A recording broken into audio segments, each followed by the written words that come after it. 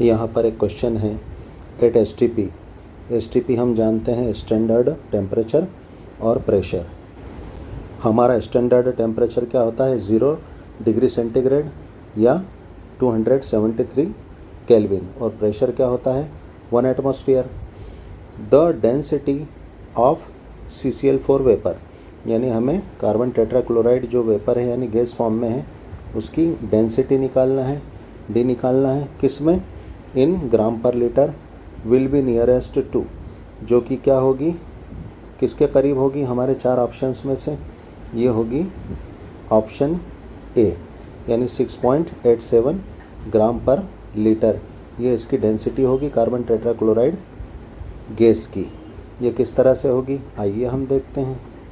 हम जानते हैं अकॉर्डिंग टू एवोगैड्रोस लॉ, यानी एवोगैड्रो के नियम के अनुसार क्या होता है, किसी भी गैस के 1 मोल का जो वॉल्यूम होता है, आयतन होता है, वो क्या होता है फिक्स होता है। कोई सी भी गैस हो उसका अगर 1 मोल है, उसके मॉलिक्यूल का अगर क्या है 1 मोल है, तो उसका वॉल्यूम फिक्स होगा। कितना होगा 22.4 लीटर उसका वॉल्यूम होगा। यानी वो गैस, यानी उस गैस का 1 मोल कितना जगह घेरेगा, कितना वॉल्यूम घेरेगा 22.4 लीटर।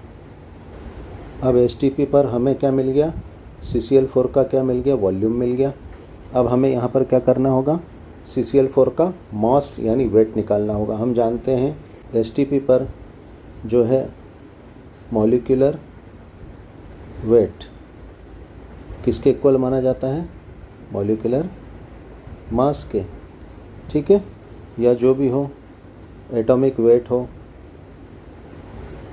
ये क्या माना जाता है एटॉमिक मास के इक्वल माना जाता है एसटीपी पर। वैसे तो हम जानते हैं कि मास एक अलग चीज़ होती है और वेट एक अलग चीज़ होती है। मास जो है किसी भी सब्सटेंस का मटेरियल होता है जिससे वो बना होता है, और वेट क्या होता है, जिस ग्रेविटेशनल फोर्स से जो है अर्थ पृथ्वी उस चीज़ को है ना अपनी तरफ खींचती है, वो उसका क्या होता है वेट। लेकिन एसटीपी पर हम जो है वेट और मास को जो है लगभग बराबर मान लेते हैं। तो यहाँ पर हम जो है इसका मॉस निकालेंगे, किसका, कार्बन टेट्राक्लोराइड का। तो कार्बन टेट्राक्लोराइड का मॉस क्या हो जाएगा, कार्बन है एक तो, और 4 कितना है क्लोरीन है। कार्बन का क्या होता है मॉस, 1 कार्बन है, और इसका 1 कार्बन का मॉस कितना होता है 12 ग्राम, प्लस क्लोरीन कितनी है 4 है, और 1 क्लोरीन का मॉस कितना होता है 35.5 ग्राम। कार्बन टेट्राक्लोराइड का टोटल मॉलिक्यूलर मास कितना हो जाएगा 154 ग्राम हो जाएगा, ठीक है। अब हमें कार्बन टेट्राक्लोराइड का क्या है मॉलिक्यूलर मास मिल चुका है। अब हमारा फार्मूला क्या होता है डेंसिटी निकालने के लिए, mass is equal to volume into density, यह हमारा फार्मूला होता है। तो मॉलिक्यूलर मास की जगह हम मॉलिक्यूलर मास की वैल्यू रख देंगे, और वॉल्यूम की जगह वॉल्यूम की वैल्यू रख देंगे, तो हमारी डेंसिटी निकल आएगी। तो डेंसिटी निकालने के लिए क्या फार्मूला हो जाएगा, तो डेंसिटी इज इक्वल टू क्या हो जाएगा मॉस अपॉन वॉल्यूम। तो डेंसिटी इज इक्वल टू क्या हो जाएगा, मॉस कितना है 154 ग्राम है, और वॉल्यूम कितना है 22.4 लीटर है।